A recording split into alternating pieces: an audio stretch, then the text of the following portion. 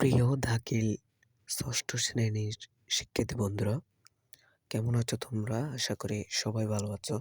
তো এটা হচ্ছে তোমাদের হাফ ইয়ারলি এক্সামিনেশন 2026 দাখিল ক্লাস 6 ইংলিশ সেকেন্ড পেপার।